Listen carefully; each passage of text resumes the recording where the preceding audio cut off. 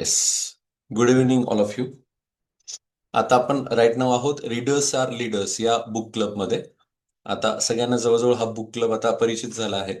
या बुक क्लबमध्ये आपण संध्याकाळी 9:30 ते 10 या वेळेमध्ये भेटत असतो आणि सेल्फ हेल्प बुक कॅटेगरीतले पुस्तकं आपण चूज करत असतो, त्यावर ते इंटरप्रिट करत असतो.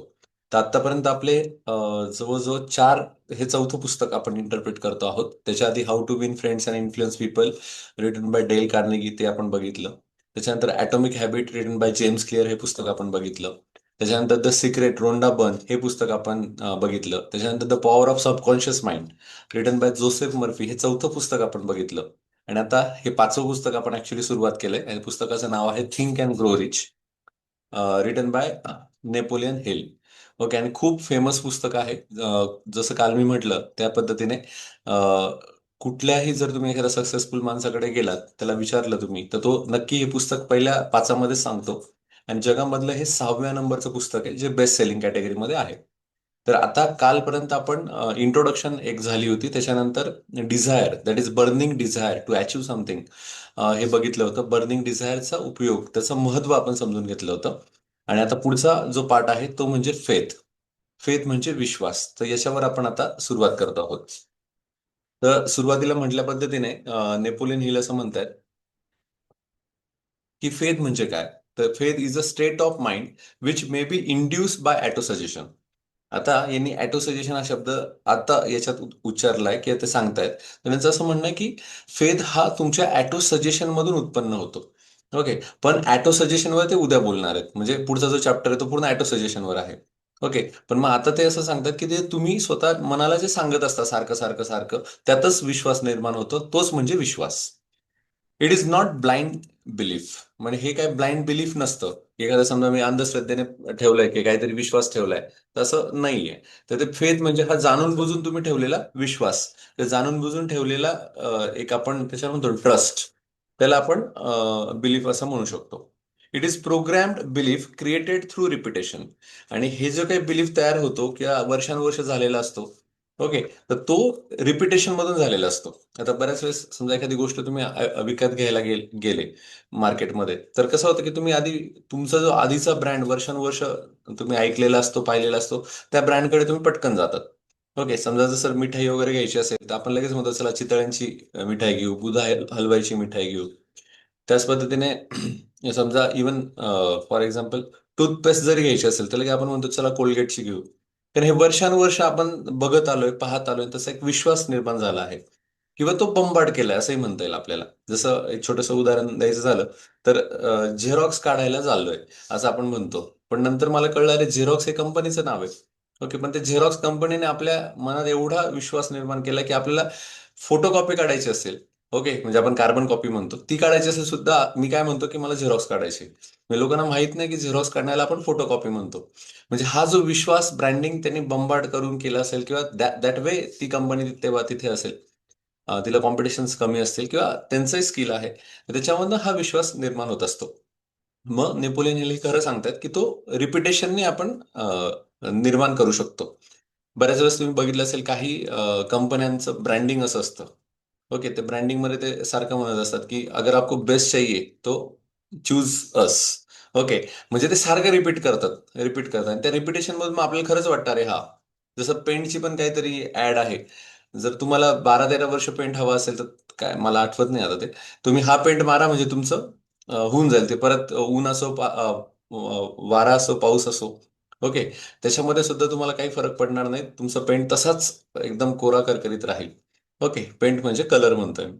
तर हा विश्वास रिपिटेशन मधून निर्माण होत असतो आणि तो आपण स्वतः आपल्या चांगल्या बर्निंग डिझायर पूर्ण करण्यासाठी वापरू शकतो आणि क्रिएट करू शकतो, असं नेपोलियन हिल यांना इथे म्हणायचं आहे. पुढे ते म्हणतात if desire is the fuel then faith is the engine. बघा काय वाक्य छान वापरलंय. If the desire is fuel. Okay. आपल्या रोजसाठी आपण सकाळी उठतो, धावपळ करतो, परत संध्याकाळी येतो, ही जी काही आपली धावपळ चालू आहे, ओके, याला आपण म्हणूया फ्युएल चाललंय, की फ्युएल आहे, की हे इंधन आहे आपल्या जगण्यासाठी, की बर्निंग डिझायर, मला ती गोष्ट अचीव्ह करायची, त्यासाठी मी आज सकाळ संध्याकाळ पळतोय. ओके. तर फेथ हे इंजिन आहे. मग तिथे पोहोचण्यासाठी जे काही लागणार आहे ते इंजिन म्हणजे फेथ आहे, असं इथे त्यांना सांगायचंय. The core principle of faith ते आपल्याला आता सांगतायत, ते असं म्हणतात की हिल स्वतः असं म्हणतात की the thought mix with the faith and emotion becomes very powerful, influence subconscious and create result. मग जेव्हा तुमचा फेथ असतो, विश्वास असतो, आणि विश्वासाबरोबर तुमचे इमोशन्स असतात, ओके, तेव्हा ते खूप पॉवरफुल मिक्सचर तयार होतं. आणि त्या पॉवरफुल मिक्सचरमधून तुम्हाला जे काय अचीव्ह करायचं आहे आयुष्यामध्ये ते तुम्ही अचीव्ह करू शकता. जसं लहानपणी एखादं गाणं ऐकलं असेल बघा तुम्ही, मन में हे विश्वास, पुरा हो विश्वास, असं आपण म्हणतो ना, की मन में हे विश्वास म्हणजे फेथ, की आमचा तो विश्वासच आहे पूर्ण. आणि त्यात इमोशन्स असतात. इमोशन्स मग कुठलेही असू शकतात, की समजा एखादा तुमचा कधी इन्सर्ट झाला असेल किंवा एखादी गोष्ट तुम्हाला तुमच्या वर अनजस्टिस झाला असेल, मग आपण म्हणतो नाही यार मला ते करायचंच आहे. ओके, आणि तुम्हाला विश्वास असतो की हे मी करू शकतो, त्यासाठी तुमची मेहनत घेत असतात. पण तो एक कुठेतरी एक लागलेलं एक जे असतं आधी, इन्सल्ट असेल किंवा इनजस्टिस असेल, ती पण इमोशन असतं की नाही मला ते करायचंच आहे, की I am quiet serious about it. आणि मग तुम्ही ती गोष्ट करायला लागता आणि ती खरंच अचीव्ह होते.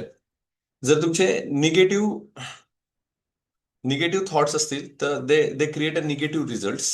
आणि जर पॉझिटिव्ह थॉट असतील तर they create a positive results.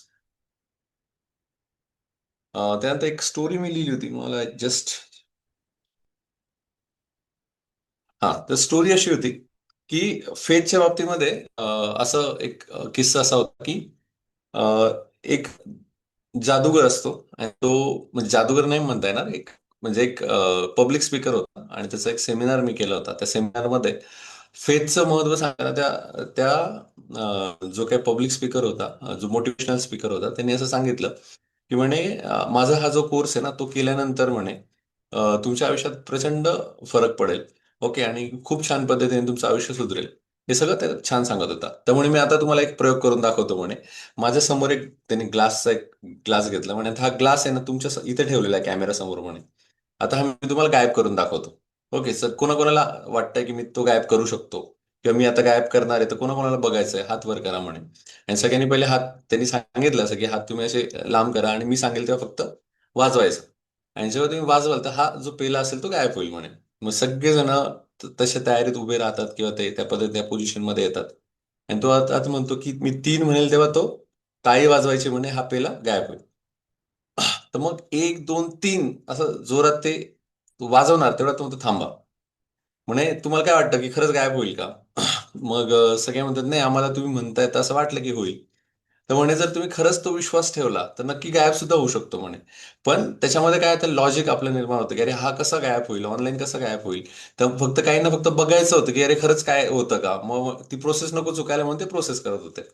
मग त्यांनी सांगितलं की तुमचा फेथ तर असा असावा, पण त्याच्यावर म्हणजे त्याच्यावर पूर्ण पूर्ण 100% तुमचा त्याच्यावर विश्वास पाहिजे, तर ती गोष्ट होऊ शकते.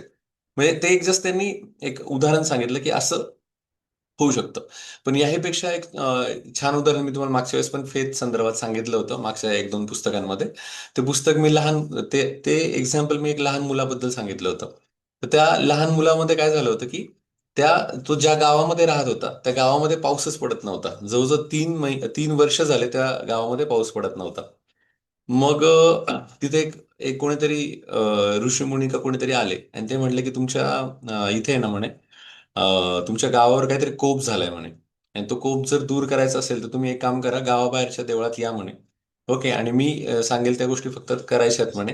तेव्हाच, जेव्हा मी तिथे असेल तेव्हाच जोरात पाऊस येईल म्हणे. तो इतका जोरात पाऊस असेल म्हणे की तुमच्या ह्या 3 वर्षाचा दुष्काळ सुद्धा निघून जाईल म्हणे. फक्त म्हणे की पूर्ण विश्वासाने या. तो ऋषी सांगतो की तुम्ही येताना फक्त पूर्ण विश्वासाने या की पाऊस पडणार आहे म्हणून.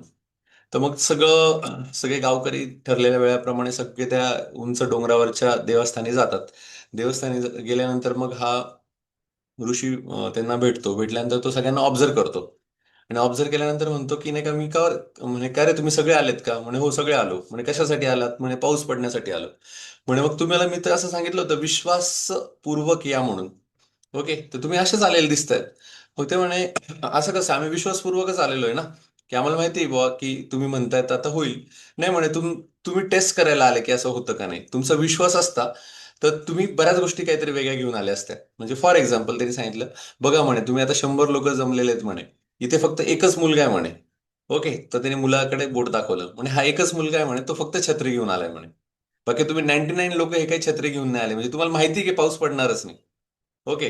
तर या मुलाला माहिती आहे की इतका जोरात पाऊस पडणार की मी भिजून जाईल, तर मला भिजायचं नाही, त्यासाठी मी छत्री घेऊन आलोय. तर द थिंग इज दॅट की तुमचा एवढा जर विश्वास असेल तर त्या गोष्टी घडतात. ओके. आणि इथे पुढे त्यांनी म्हटलेलंच आहे, नेपोलियन हिल यांनी, की तुमचा बऱ्याच वेळेस विश्वास नसतो स्वतःवर. मग का नसतो? कारण की आपल्याकडे मन तर आहेच, पण मनाबरोबर बुद्धी पण आहे. आणि ही बुद्धी लॉजिकली विचार करायला लागते. ओके. जसं रोंडा बर्न यांनी असं म्हटलंय, की नाही का, तुम्ही एखादी गोष्ट समजा तुम्हाला हवी आहे, तर तुम्ही तुमच्या सबकॉन्शियस माइंडला ती पटवून द्या. आणि एकदा सबकॉन्शियस माइंडला ती पटली आणि subconscious mind thinking that it's a real, तर ती गोष्टी प्रत्यक्षात होते. त्याच्यामध्ये वेळ आणि रियालिटी याच्यात काही फरक नाही पडत. म्हणजे वेळ लागतच नाही, किंवा तो किती मोठी गोष्ट आहे त्याला वेळ लागत नाही. फक्त किती लवकर तुम्ही स्वतःला कन्व्हिन्स करता, किती लवकर तुम्ही स्वतःवर विश्वास ठेवता, त्यानुसार ती गोष्ट सत्यात घडत असते. आणि आपल्याकडे तेच गंमत होते की आपण लॉजिकली विचार करतो की असं कसं मानायचं की सबकॉन्शियस माइंडनी, म्हणजे एखादी गोष्ट समजा मला हवी, एखादा ब्रँडेड समजा वॉच हवंय. ओके. मी कसं असं ऍझ्युम करू की ते माझ्याकडे आहेच. ओके. मग हे मन लॉजिकली विचार करायला लागतं. तसा लॉजिकली विचार ही मोठी माणसं करत नाही. का करत नाही? कारण त्यांना माहिती असतं त्यांची दिशा बरोबर आहे, बर्निंग डिझायर बरोबर आहे, त्यासाठी घेतलेले प्रयत्न बरोबर आहे. त्यामुळे निगेटिव्ह थिंकिंग करण्याच्या वेळी ते पॉझिटिव्ह थिंक करतात. दे ॲझ्युम दॅट की everything is going according to them. Okay. आणि ते सबकॉन्शियस माइंडला पटवून देतात की ही गोष्ट झाली. ओके. आणि मग त्या गोष्टी घडायला लागतात. तर इथे तेच सांगितलं की तुमच्या सबकॉन्शियस माइंडला ही खूप गरज आहे, ती म्हणजे तुमच्या विश्वासाची. तर पुढे ते म्हणतात की the formula how faith works, याच्यामध्ये त्यांनी सांगितलंय, ते स्टेप बाय स्टेप असं सांगतायत. You repeat a thought. Okay. तुम्ही फार बऱ्याच वेळेस रिपीट करता, and that thought we repeated through auto suggestion. Okay. Then your subconscious mind accept it. मग तुम्ही इतक्या वेळेस रिपीट करता की तुमचं सबकॉन्शियस माइंड ऍक्सेप्ट करायला लागतं. And it becomes belief. आणि मग ते सबकॉन्शियस माइंडने ऍक्सेप्ट केल्यानंतर ते बिलीफ होतं की हा हे खरंच आहे. ओके. आणि युअर ऍक्शन्स अलाइन ऑटोमॅटिकली. मग तुमच्या ऍक्शन्स ह्या ऑटोमॅटिकली अलाइन व्हायला लागतात. आणि रिझल्ट ऍपेअर. जसं तुम्हाला माहिती असेल, एखादी खोटी गोष्ट असेल, एखादी खोटं वस्तुस्थिती असते, आणि ती जर तुम्ही 100 वेळेस बोललात, ओके, तर तुम्हाला ती खरी वाटायला लागते की अरे ही अशीच गोष्ट आहे म्हणून. ओके. कारण ती तुम्ही 100 वेळेस रिपीट केली. मग जर कोणी तुम्हाला जर खरं सत्य सांगायला आलं, तर आपण उलट त्याला झोडून काढतो की अरे तू खोटं बोलतोयस. आणि ती खोटी गोष्ट आपण पूर्ण ऍक्सेप्ट केलेली असते. इथेच ते म्हणतात की तुम्ही ज्या गोष्टी रिपीट करतात ते तुमचे सबकॉन्शियस माइंड ऍक्सेप्ट करतं, आणि एकदा सबकॉन्शियस माइंडने ऍक्सेप्ट केलं तर आपला विश्वास बसतो. आणि एकदा विश्वास बसला की त्यानुसार आपल्या स्वतःच्या मुवमेंट्स, आपल्या सभोवतालच्या परिस्थिती त्या पद्धतीने बदलायला लागतात. आणि आपल्याला तशा प्रकारचे रिझल्ट दिसतात. फॉर एक्झाम्पल, एखादा लहान मुलं आहे आणि ते मस्त बेडवर बसलेलं आहे. ओके. तुम्ही मस्त खाली बसून टीव्ही बघता आहात, आणि तेवढ्यात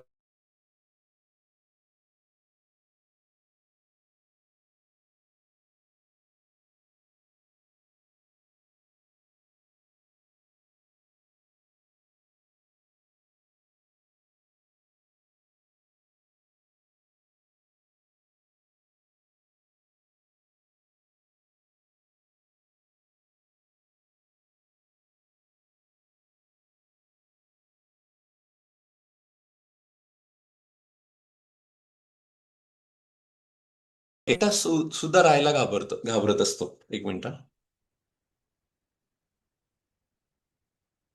सबकॉन्शियस माइंड ने ऍक्सेप्ट केल्यानंतर काय होतं की तो लहान मुलगा, तुम्ही बघत असाल की काही लहान मुलं अंधारात जायला घाबरतात आणि काही लहान मुलं अंधारात बिंदास जातात. काही लहान मुलं एकटी जाऊन कुठे पण जाऊन येतात. पण काही लहान मुलं एकटी सुद्धा जाऊ शकत नाही. इवन आई किंवा पप्पा थोडे जरी नजरे आड झाले तरी ते घाबरतात. ओके. हा एक विश्वासाचा प्रकार आहे. एक सबकॉन्शियस माइंडला कशा पद्धतीने ट्रेन केलं त्याचा हा एक परिणाम आहे. द थिंग इज दॅट की तुम्हाला जर तुम्ही एक सेकंड थॉट जर तुमच्या मनामध्ये नसेल, आणि डायरेक्टली जर ते सबकॉन्शियस माइंड पर्यंत जात असेल, आणि खरंच तुम्ही त्याच्यावर विश्वास ठेवत असाल, तर त्या गोष्टी सत्यात येऊ शकतात. ओके. सो हे नॉट ओन्ली मी सांगतोय, हे म्हणजे नॉट ओन्ली नेपोलियन हिल सांगतायत, पण त्याच्या आधी सुद्धा रोंडा बर्न असतील किंवा जोसेफ मर्फी असतील, किंवा असे बरेच ऑथर्स त्यांनी हे ऑलरेडी लिहून ठेवलेले आहे. त्यामुळे आपण याच्यावर विश्वास ठेवायला काहीच हरकत नाही. ओके. त्यामुळे तुम्हाला जी गोष्ट तुमच्या आयुष्यामध्ये आहे ती ऑलरेडी तुम्हाला मिळते आहे आणि मिळाली आहे असा विश्वास ठेवा. जेव्हा तो विश्वास तुमचा 100% बसेल, तुम्हाला ती वस्तू आकाराने किती मोठी असू द्या आणि तुम्हाला असं वाटत असेल किती वेळ लागू द्या, ती फ्रॅक्शन ऑफ काही वेळेमध्ये सुद्धा पूर्ण होऊ शकते. जसं एक उदाहरण तुम्हाला सांगितलं होतं की एक जण म्हटलं की माझं वय आता 40 झालंय आणि मला सगळेजण म्हणतात 40 वय झालंय तर मग आता तुला चष्मा लागेल. तर त्या माणसाला खरंच चष्मा लागतो. ओके, आणि तो जेव्हा डॉक्टर मर्फींच्या संपर्कात येतो, तो मर्फीज बहुतेक, तर तेव्हा ते सांगतात की नाही, हे सगळं मनाचा खेळ आहे. तू म्हटलं तर 3 दिवसात सुद्धा तुझा चष्मा जाऊ शकतो. मग त्यानुसार तो म्हणतो, अरे हे खरंच आहे, तर मी I I have to trust on that.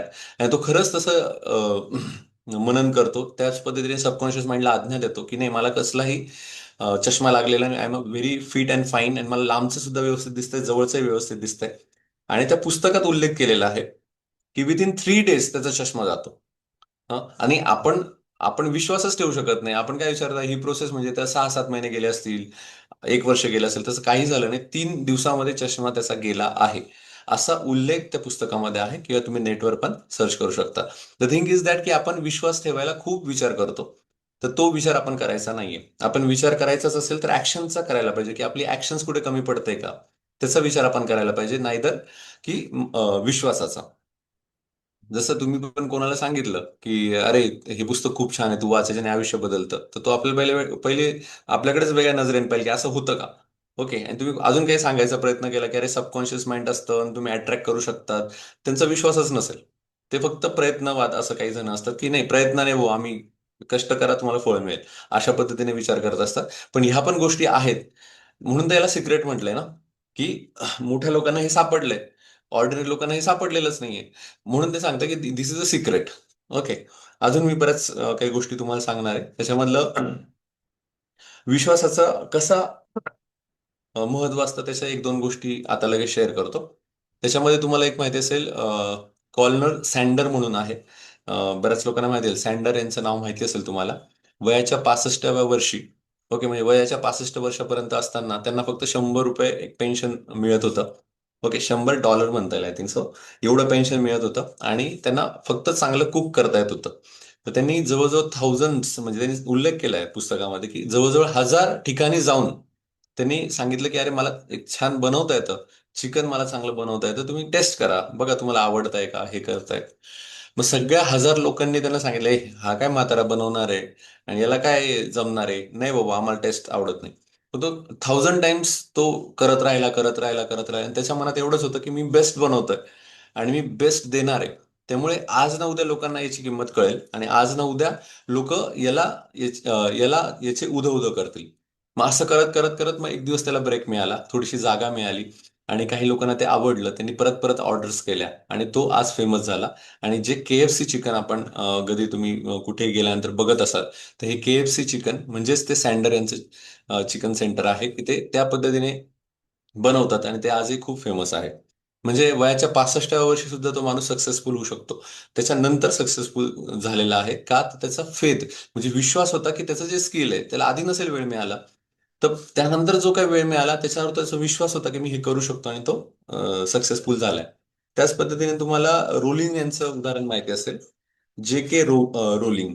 Okay, जे के रोलिंग ह्या ज्या होत्या, तर त्यांची घरची परिस्थिती खूपच वाईट होती, डिवोर्स पण झालेला होता, if I am not wrong. घरची परिस्थिती खूप नाजूक होती. आणि ह्या सगळ्या नाजूक परिस्थितीमध्ये त्यांना असं वाटत होतं की अरे, मला फायनान्शियली थोडं फ्री व्हायचंय. आणि त्यांना फक्त ते म्हणे, मला काय येतं, तर मला लिहिता येतं. तर त्यांनी ते पुस्तकं लिहून काढले होते आणि ते लिहिल्यानंतर त्यांनी म्हटले की आता हे विकूया. तर ते जवळजवळ 12 प्रकाशकांकडे गेले, की 12 प्रकाशकांनी सांगितलं, अरे तुम्ही हे पब्लिश करा, हे पब्लिश करा. तर 12 जणांनी त्यांना रिजेक्ट केलं. हा प्रवास मी जितका सांगतो तेवढा सोपा नाहीये. कारण पुस्तक लिहिणं, ते पब्लिश करणं, ही खूप मोठी प्रोसेस आहे. ओके, आणि त्यात लोकांनी ऍक्सेप्ट करणं, ही तर अजून मोठी प्रोसेस आहे. मग ह्या प्रोसेसमधून त्या रोलिंग जात होत्या. पण त्याच्या मनामध्ये विश्वास होता की मी जे केलेलं आहे, ओके, तर एखाद्याने जर प्रॉपरली ते वाचलं तर त्याला खूप आवडेल, फक्त एखाद्याने वाचलं पाहिजे, असं त्यांचं सारखं मत होतं. आणि त्यांचा विश्वास होता की एकदा फक्त कोणीतरी वाचू द्या, की ते खूपच, मी म्हणजे ते ऍक्सेप्टच होईल. आणि त्यामध्येच एक प्रकाशक होता, आणि त्या प्रकाशकाने ते वाचलं आणि तो म्हटला, म्हणजे तो जस्ट टाइमपाससाठी वाचत होता, पण वाचल्यानंतर त्याला अशी लिंक लागली आणि त्याला असं वाटलं, अरे हे कुछ तो हटके, ये इसके ऊपर मूवी भी बन सकता है. आणि मग ते त्यांनी म्हटलं की ठीक आहे, आय कॅन पब्लिश इट. आणि मग त्यांनी ते पब्लिश केलं. आणि त्याचे भाग बरेच भाग त्याचे पब्लिश झाले आणि त्याच्यावर मूव्ही पण झाला. त्या पुस्तकाचं नाव आहे हॅरी पॉटर. ओके. आजही बरेच यंगस्टर ते वाचतात, त्याचे फॅन आहेत. आणि त्या सिरीजचे पण बरेच जण फॅन आहेत.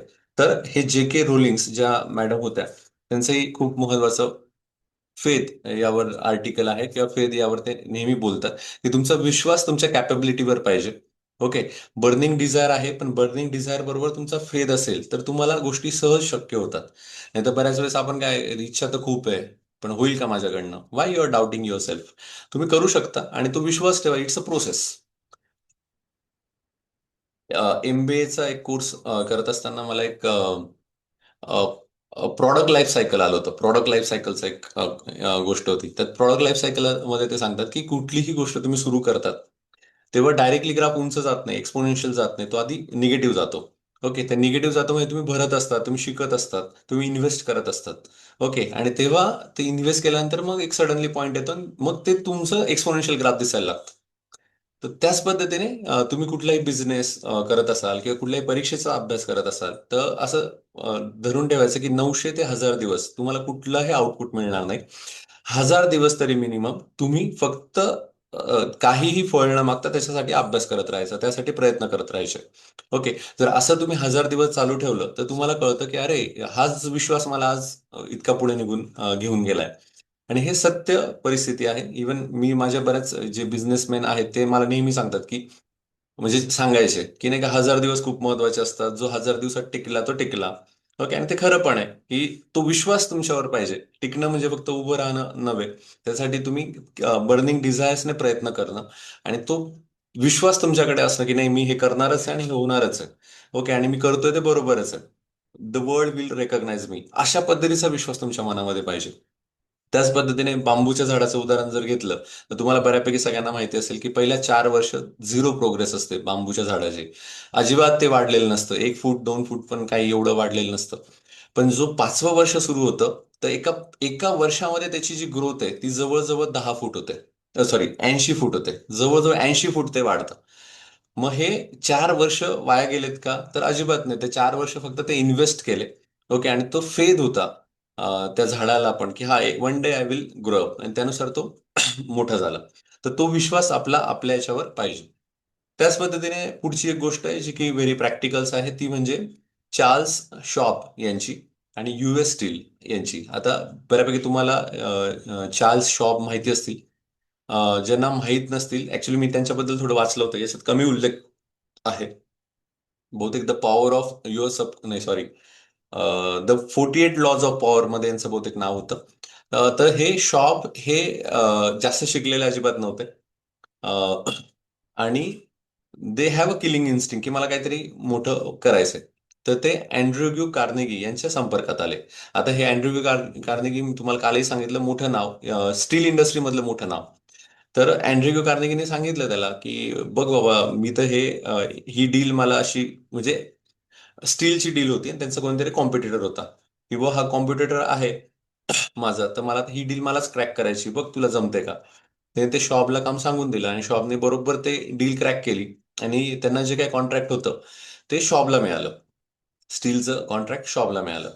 नंतर यात बऱ्याच घटना असतील, म्हणजे कोणी नंतर मग म्हणू नका यातलं थोडंफार खालीवर झालं, मी मी मर्म सांगतोय. त्यानंतर असं झालं की एका पार्टीमध्ये शॉप होता आणि हे सगळे स्टील वर्कर त्या पार्टीमध्ये होते. आणि पार्टीमध्ये असताना shop already, the thing is that शॉपला स्वतःवर खूप विश्वास होता. तो स्वतःवर इतका विश्वास होता की तो कुठलीही जर अडचण आली की लोक त्याच्याकडे यायचे. आणि how to win friends and influence people मध्ये त्याचा उल्लेख आहे शॉपचा, की ही नो हाऊ टू वॉन, म्हणजे कशा लोकांना कसं जिंकायचं, त्यांच्याकडनं काम कसं करून घ्यायचं, हे शॉपला माहित होतं. पण डेल कार्नेगीने त्यांचा उल्लेख तिथे केलेला आहे. तर काही अडचण आली कोणाला, कुठलाही रेफरन्स हवा असेल तर शॉपकडे लोक यायचे आणि तो ते सॉल्व्ह करायचा. मग शॉपने असं ठरवलं की नाही का, मला हे सगळं सगळे जे स्टीलचे व्हेंडर आहेत वेगवेगळे, यांना सगळ्यांना एकत्र करायचं आणि युएसचीच एक मोठी स्टील कंपनी तयार करायची जी जगभर स्टील प्रोव्हाइड करेल. आता बघा, हा एकदम नंतर आलेला, त्याच्या आधी म्हणजे मोठे व्हेंडर्स ऑलरेडी मार्केटमध्ये होते. हा जस्ट नवशिका वगैरे आला आणि त्यांनी असा विश्वास ठेवला की नाही, मी हे सगळ्यांना एकत्र करून युएस कंपनी करेल. आता मुळातच मोठ्या लोकांना एकत्र आणणं थोडंसं कठीण आहे, कारण सगळ्यांचा इगो प्रॉब्लेम्स असतो. पण यांनी ठरवलं आणि ज्या ज्या मीटिंगमध्ये तो होता त्या मीटिंगमध्ये त्यांनी एक स्पीच दिलं. आणि आजही ते म्हणतात की सगळेजण त्या स्पीचला मिस करतात, कारण कोणीच ते रेकॉर्ड केलं नाही, कारण त्यांना वाटलं नाही हा एवढं छान बोलेल. पण त्याने 10 ते 15 मिनिटाचं स्पीच दिलं. दुसऱ्या दिवशी जी पत्रकार परिषद झाली त्याच्यामध्ये पण ते रेकॉर्ड, मग त्यामध्ये रेकॉर्ड झाले त्याच्यातले काही पॉइंट्स. तर त्या मीटिंगमध्ये तो जो काही 10 ते 15 मिनिटं बोलला, त्यामध्ये ह्या सगळ्यांचे डोळे उघडले की अरे आपण we are just doing the business for us. Okay, आपण जर नंतर चालल्या गेलो या जगात ना, तर आपल्याकडे काय राहील? त्यापेक्षा आपण हा शॉप म्हणतोय आपण एकत्र काम करूया, आपण एकत्र काम करूया. ओके, असं म्हणून त्यांनी सगळ्या व्हेंडरला एकत्र बनवलं आणि त्यातली ती कंपनी सुरू झाली. त्याचं नाव आहे United state steel corporation. Okay, आणि ती जगभरातली प्रसिद्ध कंपनी आहे युनायटेड स्टेट स्टील कॉर्पोरेशन. तर आणि त्यातनं मॅसिव्ह वेल्थ तयार झाली. खूप प्रचंड वेल्थ त्याच्यातनं तयार झाली. मग इथे द की आयडिया अशी आहे की faith in idea that will attract opportunity plus people plus money. म्हणजे थोडक्यात असं सांगायचं की तुमच्याकडे आयडिया जरी असेल तर त्याच्यावर तुमचा विश्वास पाहिजे की हा मी हे जबरदस्त होऊ शकतं. आणि हे I will coin this idea to everyone. Okay, आणि यातनं काहीतरी घडणार आहे याचा विश्वास तुमच्यावर पाहिजे. आणि तो विश्वास असला की ती आयडिया तुम्ही छान पद्धतीने टॉस पण करतात. सगळे लोक ती अपील पण करतात, ती त्या लोकांच्या मनापर्यंत पण तुम्ही जाऊ शकतात. आणि त्यातनं सगळेजण एकत्र आले तर खूप प्रचंड पद्धतीने तुम्ही पैसा पण कमवू शकता. तर हे शॉप यांचं उदाहरण होतं.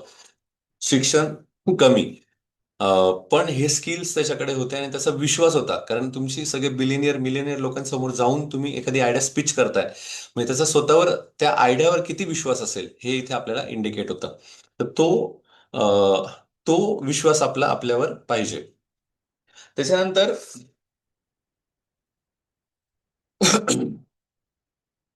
त्यांनी असं सांगितलं की मग काय करायला पाहिजे, हा विश्वास निर्माण करायला काय केलं पाहिजे. मग त्यासाठी ॲटो सजेशन सांगितलंय, जे की उद्या आपण डिटेलमध्ये बघणार आहोत. पण ॲटो सजेशन थोडक्यात काय सांगतात येईल ते आपण बघू. Napoleon Hill suggest that repeating your desire daily with emotion will create our thoughts in that way that it will percolate to the subconscious mind. मग यासाठी त्यांनी सांगितलं की रोज तुम्ही 2 वेळेस, एक रात्री झोपताना आणि एक सकाळी उठल्यावर, तुमचे जे काही स्ट्रॉंग थॉट्स आहे जे तुम्हाला आयुष्यामध्ये हवंय ते तुम्ही रिपीट करा.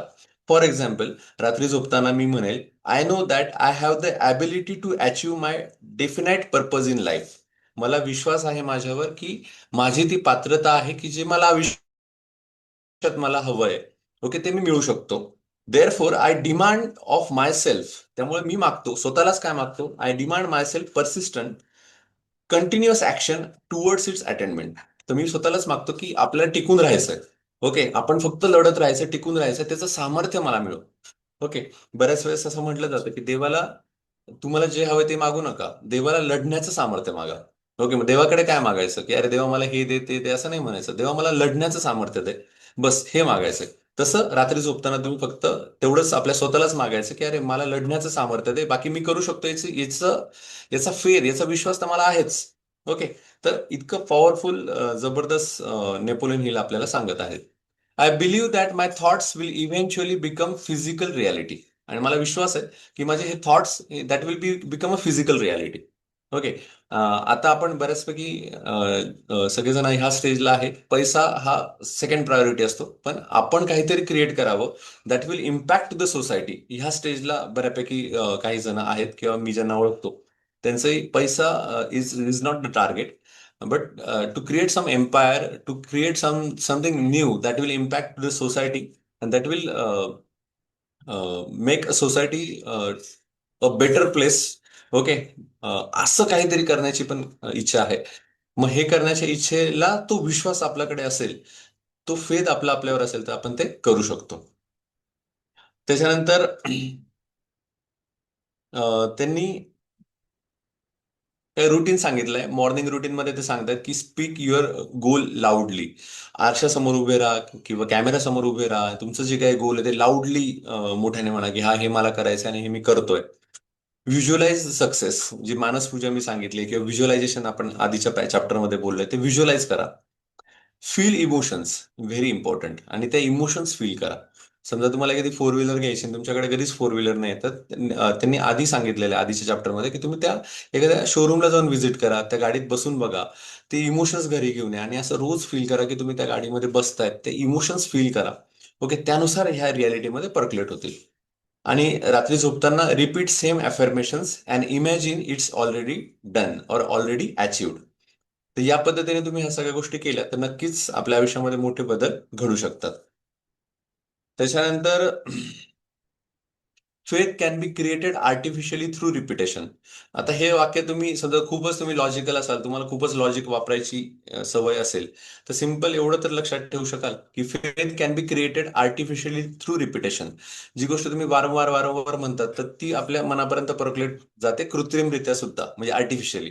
ओके, समजा तुम्ही सारखं म्हणत असाल you are dumb, you are dumb, किंवा कोणी तुम्हाला म्हणत असाल, तुम्ही ती गोष्ट ऍक्सेप्ट करत असाल, तर फायनली तुम्ही खरंच त्या पद्धतीने जाऊ शकता, होऊ शकता. त्याच्यावेळी तुम्ही रोज स्वतःला चांगलं म्हणताय, चांगलं म्हणताय, चांगलं, खरंच तुम्ही चांगले होऊ शकता. एवढं सिम्पल आहे. Emotion strengthen the belief. जितके इमोशन त्याच्यात चांगले असतील तेवढं त्याच्यावर ती विश्वास पद्धत अजून चांगली स्ट्रॉंग होईल. Subconscious acts on a dominant thoughts. आणि हे सबकॉन्शियस माइंड आहे, हे सगळं काम करतं ते म्हणजे डॉमिनंट थॉटवर.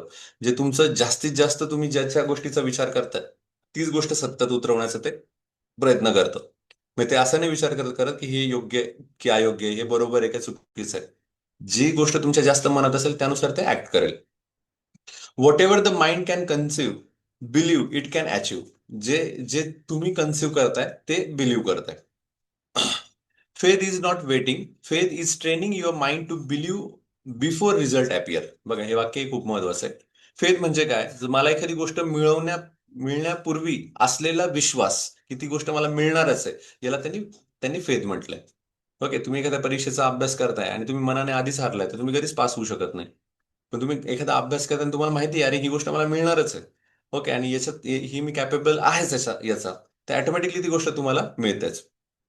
लास्ट पॅरामध्ये ते सांगतायत की चार गोष्टी आपण लक्षात ठेवायच्या. DAFR. मग डी म्हणजे काय? We should have a desire. A for autosuggestion, म्हणजे त्या डिझायरसाठी आपलं ॲटोसजेशन असलं पाहिजे. एफ फॉर फेथ, की आपला तो फेथ असला पाहिजे की मला ही गोष्ट मिळणारच आहे. आणि आर इज अ रिझल्ट, की चौथी गोष्ट आहे की तुम्हाला तो रिझल्ट मिळणारच आहे. मग पहिले डिझायर आहे, देन ॲटोसजेशन आहे, देन फेथ आहे, आणि मग तुम्हाला रिझल्ट मिळणार आहे. So this is about this chapter. आणि ते लास्ट असं सांगतात की write your financial goal, repeat it 2 times, add emotion and continue for the next 21 days. अशा पद्धतीने हा चॅप्टर जवळजवळ पूर्ण झालाय. त्याच्यामध्ये फक्त एक धीरूभाई अंबानींची एक गोष्ट फक्त जसं ऍड करतो आणि मग लगेच आपण थांबूया. धीरूभाई अंबानींचा विश्वास इतका होता की त्यांना माहिती होतं की मी जे काही सुरू करणार आहे आणि त्याच्यामध्ये मी खूप पुढे जाणार आहे, आणि अ, मी खूप मोठं एम्पायर तयार करणार आहे. तर ते खरं म्हटलं तर एका पेट्रोल पंपावर काम करत होते. यमीन या देशामध्ये काम करत होते. आणि ते करत असताना त्यांच्या मनामध्ये डिझायर होती, बर्निंग डिझायर होती की मला काहीतरी मोठं करायचं आहे. आणि त्यांचा विश्वासही होता मी काहीतरी करू शकतो. आणि मग बऱ्याच वर्ष त्यांनी बाहेर काम केल्यानंतर मग ते भारतात आले, आणि भारतात आल्यानंतर त्याच अनुषंगाने ते काम करत होते. आणि विथिन 900 days, म्हणजे ते जेव्हा भारतात आले त्याच्यानंतरच त्यांनी एक स्वतःचा बिझनेस सुरू केला. आणि त्यात त्यांना जबरदस्त यश मिळालं. ओके, आणि त्याच्यामध्ये कन्सिस्टन्सी आहे, सगळ्याच गोष्टी त्याच्यामध्ये शिकण्यासारख्या आहेत. पण धीरूभाई अंबानींचं आवर्जून उदाहरण त्यांनी सांगितलंय की त्यांना गॅरंटी होती की मी यश मिळू शकतो. याच अनुषंगाने अजून एक गोष्ट आठवली, ती फक्त शेअर करतो. ती म्हणजे इन्फोसिसची. इन्फोसिसचं जर तुम्ही बघितलं नारायण मूर्तींचं, तर ती खूप ब्युटिफुल स्टोरी आहे. नारायण मूर्तींचा जर तुम्ही विचार केला तर नारायण मूर्ती आणि सुधा मूर्ती हे एक कॉमन फ्रेंडद्वारे भेटले होते, आणि त्याच्यामध्ये पुस्तक एक्सचेंज व्हायचं. आणि मग शॉर्टमध्ये सांगतोय. आणि मग पुस्तक एक्सचेंज व्हायचं, आणि त्याच्यामधनं सुधा मूर्ती म्हटल्या की अरे हा कोण मुलगा आहे की एवढे भारी भारी पुस्तकं वाचतोय, मला याला भेटायचंय. मग एकदाच ते त्यांची भेट झाली, मग त्यांनी बघितलं, त्यांना आधी असं वाटलं की नारायण मूर्ती म्हणजे काहीतरी एकदम मोठी पर्सनॅलिटी वगैरे असेल, आणि त्यांनी बघितलं अरे हा एवढा छोटा, असं तसं सगळं ते झालं. पण जेव्हा ते नारायण मूर्तींशी बोलले तर ते खूप इम्प्रेस झाले की अरे बापरे, या पद्धतीचं खूप छान आहे बघ त्यांचं नॉलेज, त्यांचे विचार, आणि त्यांना विश्वास बसला की हा काहीतरी जबरदस्त त्याच्या लाईफमध्ये करणार आहे. याच्यामध्ये त्यांचे 5-6 वर्ष जातात. 5-6 वर्षानंतर मग ते नारायण मूर्ती तिला प्रपोज करतात की तू माझ्याशी लग्न करशील का? मग सुधा मूर्ती म्हणते की घरी विचारून सांगते. मग घरी तिचे आजोबा असतात. आजोबा म्हणतात नाही नाही हे काय चाललंय, मुलगा काय करतो म्हणे. नाही मग म्हणे मुलगा तर काहीच करत नाही. ओके पण तुला काहीतरी बिझनेस करायचा आहे म्हणे मोठा. म्हणे अजिबात परमिशन नाही म्हणे. याच्यामध्ये परत 2 वर्ष जातात. आणि मग फायनली नारायण मूर्ती म्हणतात की तुला असं वाटतंय ना की मी जॉब करावं मगच आपलं लग्न होईल, तर ठीक आहे म्हणे मग मी जॉब करतो. मग ते काय करतात, जॉब करतात. 3-4 महिने जॉब करतात. त्यानंतर लग्न होतं आणि लग्न झाल्यानंतर विथिन 3 मंथ ते जॉब सोडून देतात. ओके मग इथे फसवणूक करतात का? अजिबात नाही. मला फेथ बद्दल सांगायचं आहे. 3 महिन्यानंतर ते पिच करतात घरी सुधा मूर्तींना. ते सांगतात की मला असं असं वाटतं की आपण ही इन्फोसिस नावाची कंपनी सुरू करावी. आणि तेव्हा 1991 साल चालू होता आणि तेव्हा ते म्हणले की इथे आपल्या म्हणजे ते फायनान्शियल फ्रीडम थोडंसं तिथे मिळालं होतं. इथे आपलं खूप छान पद्धतीने पुढे येणारं युग हे सगळं कम्प्युटर युग आहे, त्यामुळे आपण याच्यामध्ये काम करूया. सुधा मूर्तींनी क्षणाचा विचार न करता सांगितलं की ठीक आहे, I am ready for that, की तू कर, तू जॉब सोड आणि तू याच्यामध्ये पूर्ण काम कर, घर मी सांभाळेल. तेव्हा त्या सुधा मूर्ती बहुतेक टेल्को कंपनीमध्ये कामाला होत्या. द थिंक इज दॅट की सुधा मूर्तींनी पण तो विश्वास ठेवला आणि ह्या माणसाने पण लग्न झाल्यानंतर सुद्धा असा विश्वास ठेवला की नाही मला ती गोष्ट मिळणारच आहे आणि मी मी जे स्वप्न बघितलंय ते बरोबरच आहे आणि मला ते करायचंय. अशा कंडिशनमध्ये लग्नाच्या काही 3-4 महिन्यातच जॉब सोडून त्यांनी त्यांच्या स्टार्टअपवर वर्क करायला सुरुवात केली. आणि रेस्ट इज अ हिस्ट्री. आज इन्फोसिस एवढी जबरदस्त मोठी कंपनी झाली आहे. म्हणजे ही कंपनी फक्त नाहीये पण त्याचे इथिक्स इतके जबरदस्त आहेत. तुमची जर त्यांचे स्पीचेस ऐकले, इव्हन सुधा मूर्तींचे पुस्तकं वाचले, की तुम्हाला कळतं की ही कंपनी का मोठी झाली. It's not only company, it's like a guiding hub for all our youngster. Okay त्यांनी जबरदस्त काम भारतासाठी केलंय आणि अजूनही खूप छान. इव्हन मी तर असंही ऐकलं की ते एवढं असून सुद्धा त्यांची स्वतःची गाडी नाहीये किंवा घरी पण राहताना एक सिंपल घरामध्येच राहतात. ओके कुठेही असंही नाही की त्यांनी आता एवढी संपत्ती झाली मग मुलांना देऊन टाकली. नाही, मुलांनाही त्यांनी त्यांच्या सेपरेट ठेवलेलं आहे. ओके म्हणजे हे खूप छान त्यांच्याकडनं शिकण्यासारख्या गोष्टी आहे. पण मला हा पॉइंट इथे यासाठी आठवला की जे सर आहे नारायण मूर्ती, तर काय विश्वास असेल स्वतःवर की मी 3 महिन्यात जॉब सोडतोय आणि मी I will work work on that. Even Sudha मूर्तींनी त्यांच्याकडे पैसे नव्हते. सुधा मूर्तींनी त्यांचं मंगळसूत्र गहाण ठेवून 10,000 रुपये त्यांना दिले होते. तसेच त्यांचं नंदन निलेकानी असतील बाकी त्यांची टीम होती, त्यांनी सगळा पैसा गोळा करून ती कंपनी सुरू केली. म्हणजे त्यातही किती विश्वास असेल.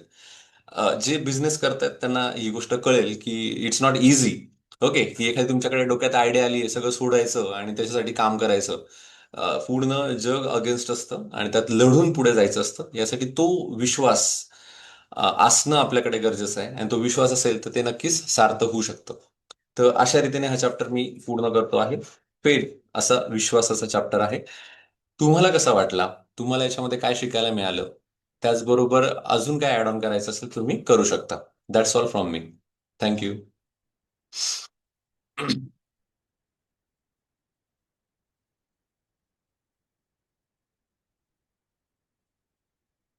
येस मॅडम बोला.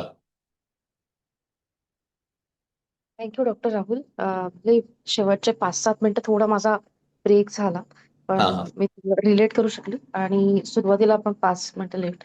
बट त्याचं जे झिस्ट आहे ते कळलं की ज्यावेळेस माइंडमध्ये विश्वास आणि याचं ऑलरेडी आपण काल बघितलं की रिपिटिशन आणि माइंड ते करू शकतो. बस ते काही वेज आहे की आपण सबकॉन्शियस रोज म्हणत राहणं हे आहे. आणि मग हळूहळू मार्ग दिसतो. मला माझ्या लाईफमध्ये पण माझे काही काही एक्झाम्पल्स मी मागे शेअर केले. काही ब्लॉक मनी होती आणि त्याचं कसं रिट्रीव्ह करायचं ते मला काही कळत नव्हतं. हळूहळू मार्ग दिसला आणि 3-4 महिन्यात झाली ते पूर्ण. जस्ट कोविडच्या नंतर. तर अच्छा. यात अजून एक असं सांगता येईल मला की मी असं वाचलं होतं सिक्रेट बुकच्या एक्सरसाइज करताना, की तो पण मला इथे ऍड करावा असं वाटतो. समजा आता एक उदाहरण दिलं, एखादी व्यक्ती त्यांचं गोल आहे की वेट परफेक्ट वेट पाहिजे, ते मे बी थोडे ओव्हर वेट आहे किंवा अंडर वेट असू शकतं. आणि त्यांना हम्म. एखादी अशी व्यक्ती दिसली की त्यांचं वेट चांगलं आहे, तर तिथे त्यांनी म्हणायचं की thank you thank you for the perfect wait. तर कुठेतरी आपण ती फ्रिक्वेन्सीला आपण ट्रॅक करतो आपल्या लाईफमध्ये. तर तसंच मला असं वाटतं की या केसमध्ये पण सपोज असे लोक भेटले आणि रादर तशा लोकांचं आपण हळूहळू एक पासून सुरू करायचा, की असे जे लोक ज्यांनी ते गोल सेम फील्डमध्ये आणि त्यांनी अचीव्ह केलाय, सो दॅट जशी जशी तशी संगत होते ऑटोमॅटिकली आपल्याला आपलं ते अपलिफ्टमेंट होणार आणि हाय व्हाईब मध्ये पण जाणार. येस, खूपच छान. जसं हं. त्यांनी वेटचं सांगितलं तसं गाडीचं पण उदाहरण आहे की तुम्ही एखादी छान गाडी बघितली तर आपण जेलियस होतो, अरे काय गाडी आहे, याचा 2 नंबरचाच पैसा असेल किंवा यांनी कसं केलं असेल. तसं न म्हणता यू शुड थँकफुल आणि तुम्ही एक सॅल्यूट करायला पाहिजे, अरे तू अचीव केलंस आणि अशी गाडी माझी हो, पण तुला खूप शुभेच्छा आणि तुला मिळालंय. आणि ते ग्रॅटिट्यूड आपण तिथे व्यक्त केलं पाहिजे. छान. थँक्यू. अजून कोणाला ऍड ऑन करायचंय काही? Hello sir. हा, येस, बोला मॅम. सर, ॲक्च्युली आजचा जो लेसन होता तो हम्म. त्याच्यातून मी हे शिकले की ॲक्ट ॲज इफ, म्हणजे जी गोष्ट आपल्याला मिळवायची आहे ती ऑलरेडी आपल्याकडे आहे, असं इमॅजिन करून आपण वागायचा प्रयत्न करायचा. म्हणजे आपण येस, हाय फ्रिक्वेन्सीमध्ये जाऊन ती गोष्ट अट्रॅक्ट करतो किंवा ती घडते. बरोबर आहे. आणि जसं की जे काय आपल्याला हवंय, हम्म. ती गोष्ट फक्त इमॅजिन करून चालत नाही. तुम्हाला त्या फ्रिक्वेन्सीमध्ये राहावं लागतं. म्हणजे हा पण मुद्दा होता, की स्वतःला आनंदी ठेवून हाय फ्रिक्वेन्सीमध्ये राहून त्या हम्म. गोष्टीचा विचार करायचा. म्हणजे बरोबर आहे. Act as if. आणि ऍक्ट आता ॲज जसं प्रियदर्शनी मॅडम म्हटलं, तसं मी आता काही म्हणजे ह्या 1-2 दिवसातच वाचलं, की जेव्हा आपण म्हणजे नॉर्मल रुटीनमध्ये असतो, जर आपली म्हणजे आतून आपण थोडंसं निगेटिव्ह झालेलो असतो, त्यावेळी हम्म. हे करायचं की रिलीज तो थॉट रिलीज किंवा ती सिच्युएशन रिलीज.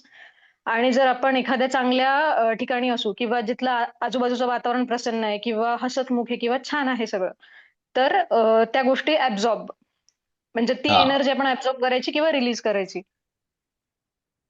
बरोबर आहे. खूपच छान, खूपच छान.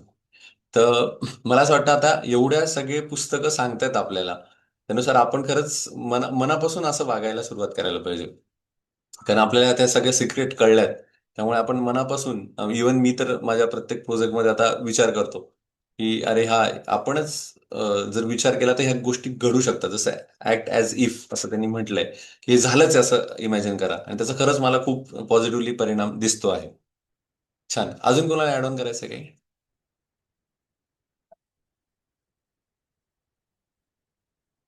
ओके. मग हा चॅप्टर आपण आता पूर्ण झालाय असं समजूया. आणि उद्या नेमकं शनिवार रविवार आहे, 2 दिवस सुट्टी असेल. आपण सोमवारी परत भेटूया. तेव्हा चॅप्टर असेल third, that is auto suggestion. Okay, तो अतिशय सुंदर चॅप्टर आहे तो पण, ॲटो सजेशन. इवन आपण प्रत्येक ठिकाणी वापरतो. द सिक्रेटमध्ये पण मॅजिक रॉक एक ॲटो सजेशनचंच काम त्यांनी थोडं सांगितलंय. मी लिंक करेल त्या गोष्टी तेव्हा. तर नक्की भेटूया सोमवारी with the new chapter auto suggestion. तोपर्यंत थँक्यू. सगळे जॉईन झाले, ऐकून घेतलं, त्याबद्दल धन्यवाद.